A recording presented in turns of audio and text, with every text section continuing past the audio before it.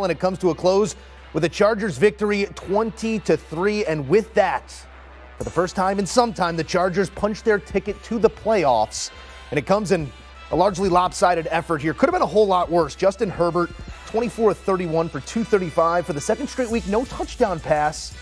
Does get tabbed for an interception here as well. But the story of this one, Keenan Allen, Mike Williams accounting for 180 of the team's 314 total yards. It's hats and T-shirts when it's all said and done.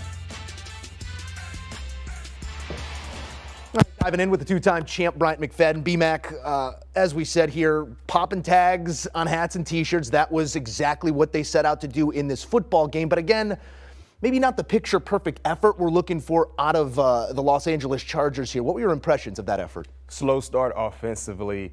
Defensively, they balled out. They took advantage of a team they were supposed to take advantage of in regards to the Colts starting their backup quarterback, and Nick Foles made him look like a backup quarterback. He never got an opportunity to become comfortable in the pocket. They couldn't run the football. They created turnovers, so that's a big-time plus for the Chargers defensively because we know that unit has been up and down throughout the course of this year. The concern is, even though this is a huge win, as Joe mentioned, you got your T-shirt, you got your hats, but what's going on with the all-world talented quarterback in Justin Herbert? Once again, no passing touchdowns, an interception. Throughout this ball game, Joey, he looked like he was, uncomfortable. He never got into rhythm, even though we saw a nice connection between Herbert and Keenan Allen. They had some red zone woes throughout the course of this ball game, but luckily enough for them, their defense was outstanding.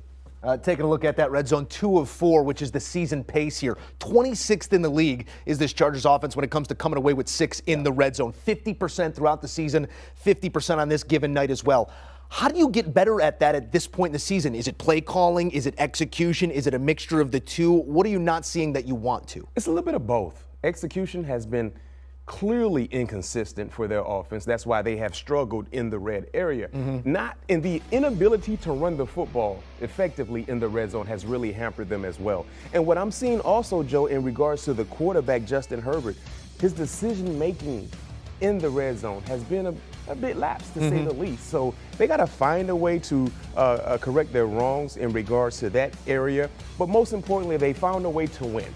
The bright spot, the defense rose to the occasion. We believe because of the talent they have at the quarterback position, eventually they find a way to be more consistent and explosive in between the 20s, but being able to cash in with touchdowns when they get into the red zone. Yeah, the box score doesn't always look like what you want it to, but some special throws throughout this game out of Herbert, and it's what gives you hope for those moments. But we get to this point in the season, and we use all the isms, teams you're scared of, a team you don't want to see, a front runner, an underdog, all the things as we head to playoff times we try and define these teams. I think it's fair to say this is a Chargers team that no one's really afraid of right now. No question. You played on a lot of teams and defenses specifically that were feared. What takes you to that level? Well, consistency and a physical style of play. A defense that's willing to punch you in the mouth first quarter. Let's transition to the NFC. The most feared defense is the San Francisco 49ers. No doubt. Because of their style of play. They make you afraid of them when you're watching them play from the confines of your living room. That's their style of play. They got to be more.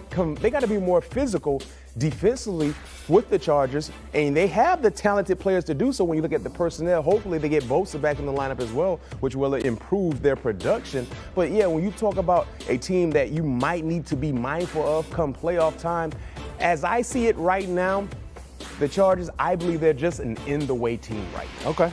And I'm just saying that based on what my eyes have seen throughout the course of this year, even with them winning ball games. And tonight, they played against a team that's extremely bad, but they struggle for basically 3 quarters against the Colts. So they got to find a way to become more explosive on both sides of the football, more physical, and we got to start seeing all-world-like performances coming from their all-world talented quarterback in Justin Herbert. I mean, we start pushing it forward. We'll take a look at the playoff picture here in a moment, but you push it forward, and you're talking about Pat Mahomes, Joe Burrow, Josh Allen. You're hoping you see Trevor Lawrence there in the first round if that's what the matchup ends up being. But Justin Herbert getting his first taste of playoff football. Let's go for a moment here on Indianapolis. A lot has to be done. No question. No magic out of old St. Nick in this one. 3 interceptions, no touchdowns out of Nick Foles, who threw his first passes of his season and made his second start in 2 years. I don't know how much we could have asked of the guy in this moment, but again, it's a different quarterback, and it's going to be a different quarterback on week 1, day 1 next season. It's also going to be a different head coach, perhaps the one that's there right now. A lot needs to be done for Indianapolis right now. A lot. Putting you in the GM chair, what's your first call? In regards to head coach, Whatever you want to do. you got to go with someone who has experience, someone who's done it on this level and been successful in doing so. My first call would be to Sean Payton. Now, if you're Sean Payton, you're probably going to have the pick of the litter in regards to opportunities, right? Head coaching vacancies to pick from. But you got to give him anything that he wants to have in regards to making this job appealing to him, because you need that type of structure. You need that type of help.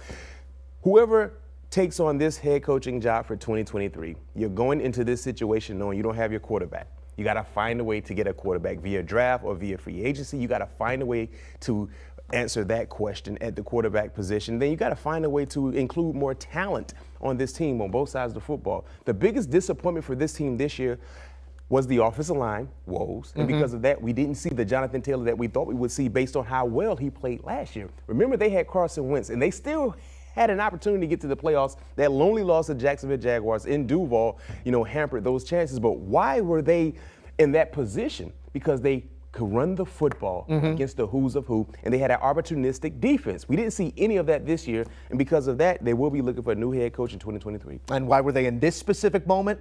It's because there were high expectations. They don't put you on Monday Night Football this late in the season if you aren't expected to perform. It has been a departure from that for the Indianapolis Colts, and a number that points to Jeff Saturday here, not just the 5 consecutive losses after the emotional win in his debut over the Raiders, 90-9. This team has been outscored in the fourth quarter. So Wow.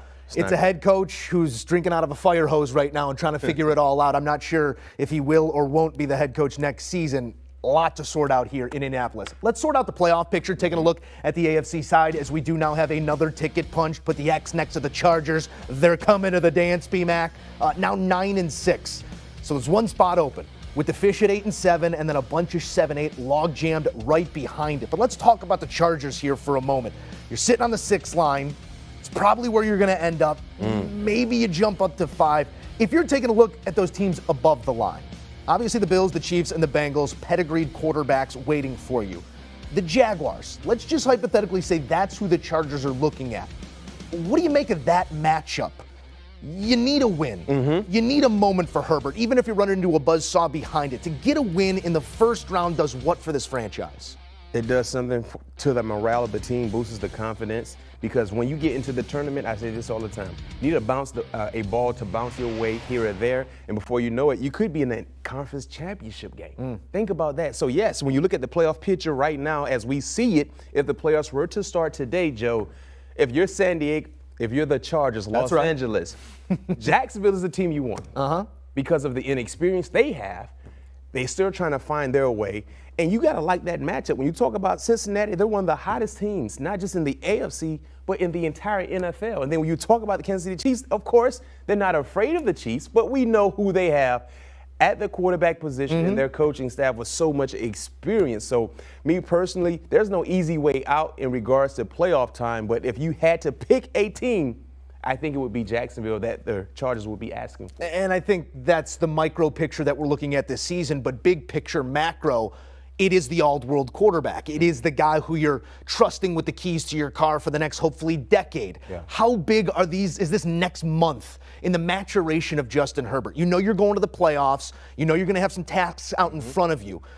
Take it away from the result of the ball game, just who he is as a leader and a player. How much can that change over the next month? It can change a lot, because one thing about Justin Herbert, you don't question his talent, the potential, the arm strength, the accuracy, the athleticism. He has all of that plus more, but we're still waiting for him to show that he can win big ball games. Not just big ball games, just win in a consistent fashion. And what people say all the time in regards to Justin Herbert, well, his defense is this, his defense is that. If this happened, he scores this amount of points. They can't stop anybody. You got certain quarterbacks, the same excuses does not work for them. And we believe he's an all-world type player, as you said, because we've seen that from time to time in his short career. But now when you get into the playoff time, this is where you showcase who you really are, not just as an individual, but as a leader. And that's what we're waiting